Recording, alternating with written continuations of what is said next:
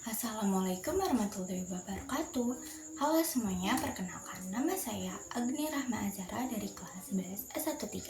Di sini saya akan menceritakan tentang konflik kekerasan terhadap tenaga kerja Indonesia yang bekerja di Malaysia. Stephen Simjikong adalah anggota parlemen di Bertajam telah menemui Adelina pada 10 Februari lalu setelah mendapat laporan dari tetangganya yang telah menemui anggota tenaga kerja Nusa Tenggara Timur yang mengalami luka-luka parah termasuk di tangan. Adelina meninggal di rumah sakit pada keesokan harinya, 11 Februari. Kepolisian Malaysia telah menahan 3 tersangka atas meninggalnya tenaga kerja asal Nusa Tenggara Timur ini yang telah bekerja pada tahun 2020. Kematian Adelina menyebabkan orang Malaysia marah kepada majikan karena Adelina diperbuat atau diperlakukan sedemikian, kata Stephen kepada wartawan BBC Indonesia Endang Nurdin.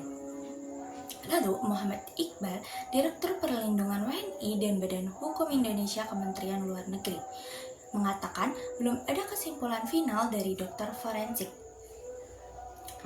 Namun, menurutnya, salah satu penyebab yang ditemukan adalah Adelina mengalami malnutrisi 1 bulan terakhir. Ada luka kemungkinan bekas gigitan binatang. Luka-luka yang diderita Adelina. Stephen Sim menyerukan kepada pemerintah Malaysia dan Indonesia untuk memperkuat perundang-undangan terhadap tenaga kerja agar mendapatkan perlindungan.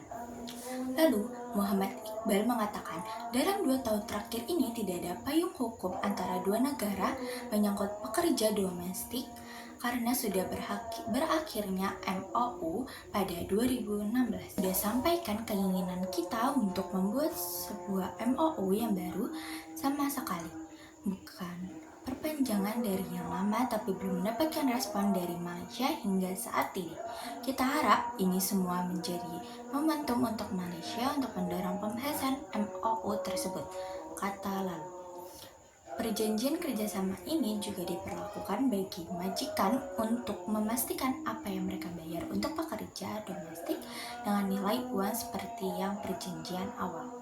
BBC Indonesia telah menghubungi Kementerian Sumber Daya Malaysia yang mengatakan tidak akan memberikan pernyataan karena kasus ini dalam penyelidikan polisi. Saat ini terdapat sekitar 2,5 juta WNI bekerja di Malaysia dan 50% diantaranya ilegal. Glorendas, Direktur Tenaga Nita Organisasi Hak Manusia di Kuala Lumpur yang menangani pekerja migran menyatakan kekerasan ini antara lain akibat istilah pekerja rumah tangga dalam hukum Malaysia. Glorendas, Direktur Tenaga Nita Organisasi Hak Manusia di Kuala Lumpur yang menangani pekerja migran menyatakan kekerasan ini diantara lain akibat istilah pembantu rumah tangga dalam hukum Malaysia. Ada majikan dan budak, ini terjadi karena akta hukum untuk pembantu atau pekerja rumah tangga tidak memadai untuk melindungi mereka. Sekarang ini ada istilah pembantu atau budak. Istilah yang terdapat di hukum Malaysia ini menciptakan pemikiran bahwa ada majikan dan budak. Majikan Adelina Erjava Fartini akhirnya dihukum 8 tahun penjara. Teori sosiologi dalam konflik kekerasan ini yaitu teori transformasi dan teori kebutuhan manusia. Jenis konfliknya yaitu jenis konflik kejahatan internasional dan instansi kriminal. Penyelesaian dalam kasus ini yaitu dengan cara jalur hukum, menegakkan hukum dengan cara yang adil dan transparan agar pelaku kekerasan dapat diproses sesuai dengan hukum yang berlaku.